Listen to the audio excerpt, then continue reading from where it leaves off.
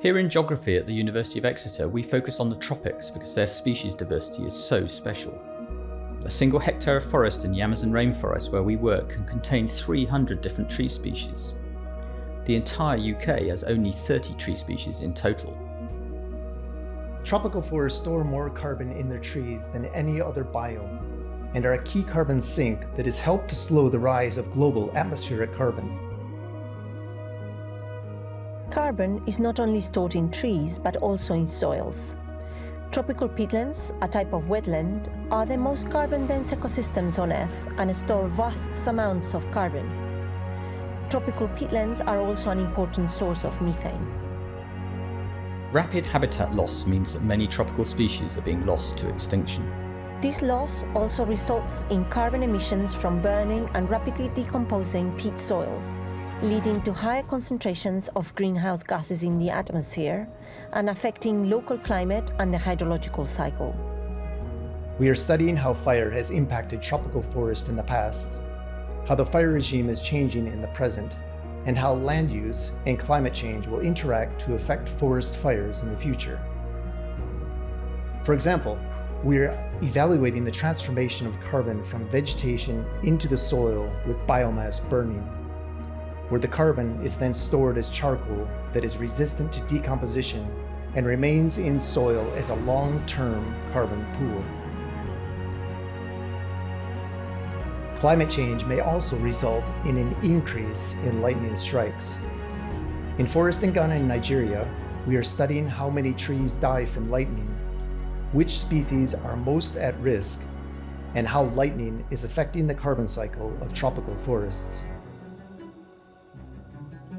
To effectively manage biodiversity in a changing world, we need to understand how ecosystems function without the effects of human activities.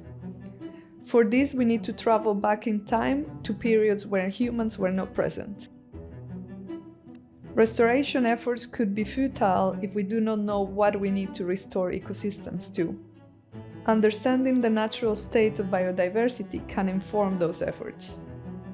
We also investigate the resilience of socio-ecological systems by combining ecological information on species diversity with socioeconomic indicators to estimate how disturbance can transform the system.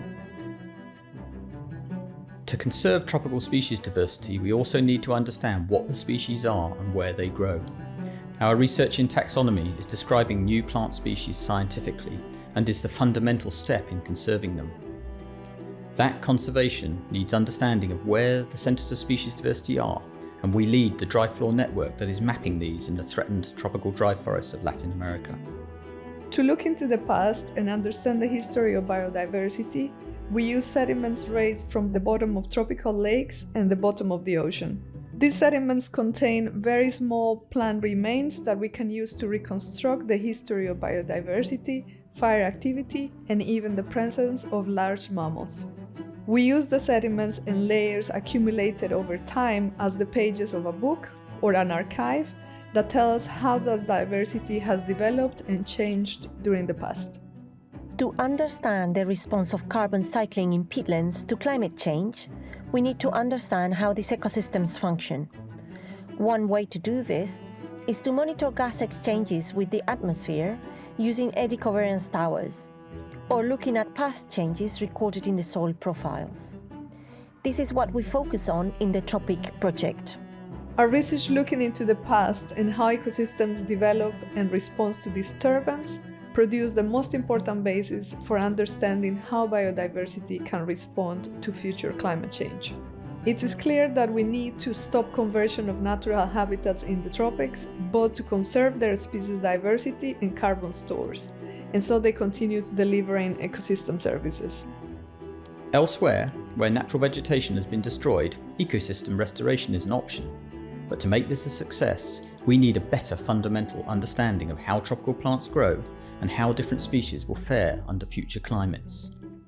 Our restoration research in Brazil's savannas is investigating how to convert degraded cattle pastures back to species-rich vegetation.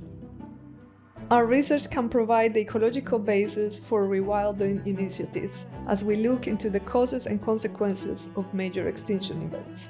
Here at Exeter, we investigate in particular the ecological consequences of megafauna extinctions at the end of the last ice age in the biodiversity of species-rich countries like Colombia.